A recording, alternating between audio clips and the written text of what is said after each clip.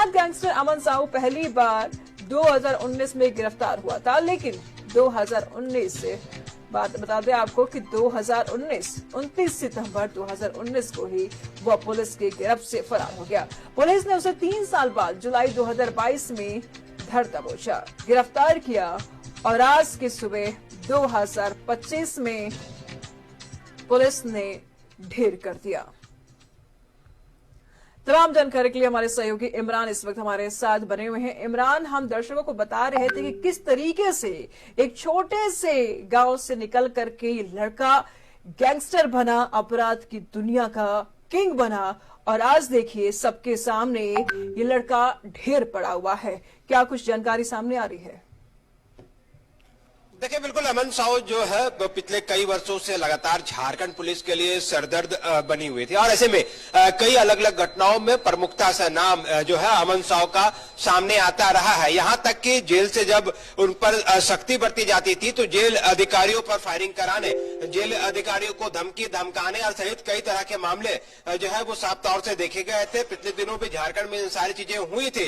इनके अलावा हाल के दिनों में जो प्रमुख घटनाएं घटी है, एनटीपीसी के अधिकारी की गोली मार करके हत्या, कोयला कारोबारी पर फायरिंग के इस मामले को लेकर के अमन साहू का नाम प्रमुखता से सामने आया था। लगातार उनके जो गुर्गे हैं, चाहे वो मयंक सिंह हो और अन्य लोग हो, वो अपने सोशल मीडिया हैंडलिंग के माध्यम से जो है तरह तरह के बयान और तरह तरह की जिम्मेदारियां जो है वो ली जा रही थी। लेकिन इसी के तहत जो है झारखंड पुलिस कल ही जो है इस पूरे मामले को लेकर के, सभी मामलों को लेकर के जो है रायपुर गई थी, छत्तीसगढ़ गई थी। छत्तीसगढ़ जेल में अमन साहू बंद था, उसे लेकर के झारखंड लौट रही थी। गढ़वा और पलामू के रास्ते होते हुए जैसे ही पलामू पहुंचा गया, अमन साहू जो है वह पुलिसकर्मियों के ही हथियार को छीन करके जो है वो भागने की कोशिश की गई। अमन साहू की तरफ से फायरिंग किया गया, जिसमें एक पुलिसकर्मी की जो है गोली भी लगी है, पुलिसकर्मी को गोली लगा, जिसके बाद वहां मौजूद अन्य पुलिसकर्मियों ने जब जवाबी फायरिंग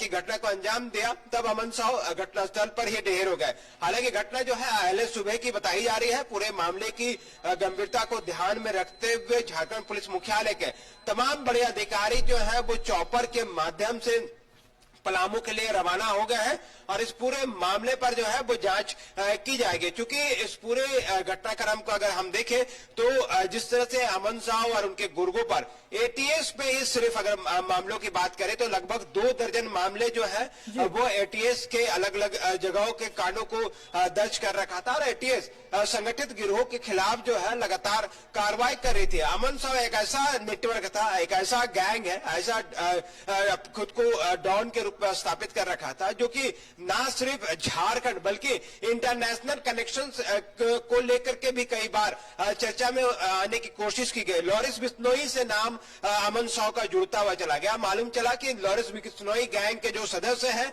उनको अमन साहू जो है अपने गुर्गों को सप्लाई किया करता था और लॉरेंस बिश्नोई अमन साहू को हथियार दिया करता था। इस तरह की बातें भी बीच बीच में सामने आने लगी। तो कहीं ना कहीं झारखंड पुलिस के लिए यह सरदर्द बन चुका था और अमन साहू इन दिनों काफी सक्रिय भी था। जेल में रहते हुए जेल की से अपने नेटवर्क को चलाना और अलग अलग जगहों पर आपराधिक घटना को अंजाम दिलवाना अमन साहू की फितरत में आ गई थी। शायद यही वजह है कि अमन साहू का जो मनोबल था वह बढ़ा हुआ था और जब पुलिस कस्टडी में भागने की अब अगर आप कोशिश कीजिएगा तो कहीं ना कहीं आपको मार गिराया जाएगा। और यह हुआ भी कुछ वैसा ही।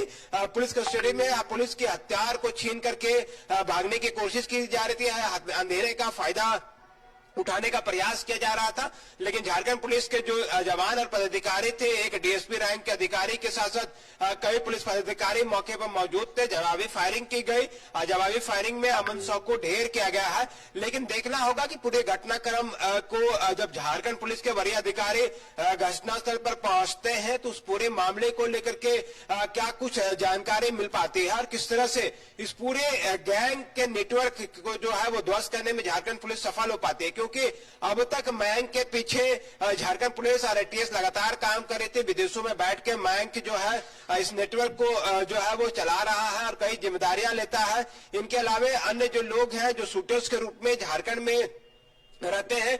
पिछले दिनों जिन लोगों का नाम सामने आया उनके पीछे भी एटीएस और रांची पुलिस के साथ साथ हजारीबाग की पुलिस जो है वो लगातार सक्रिय है और उनकी गिरफ्तारी के लिए भी प्रयास किया जा रहा है।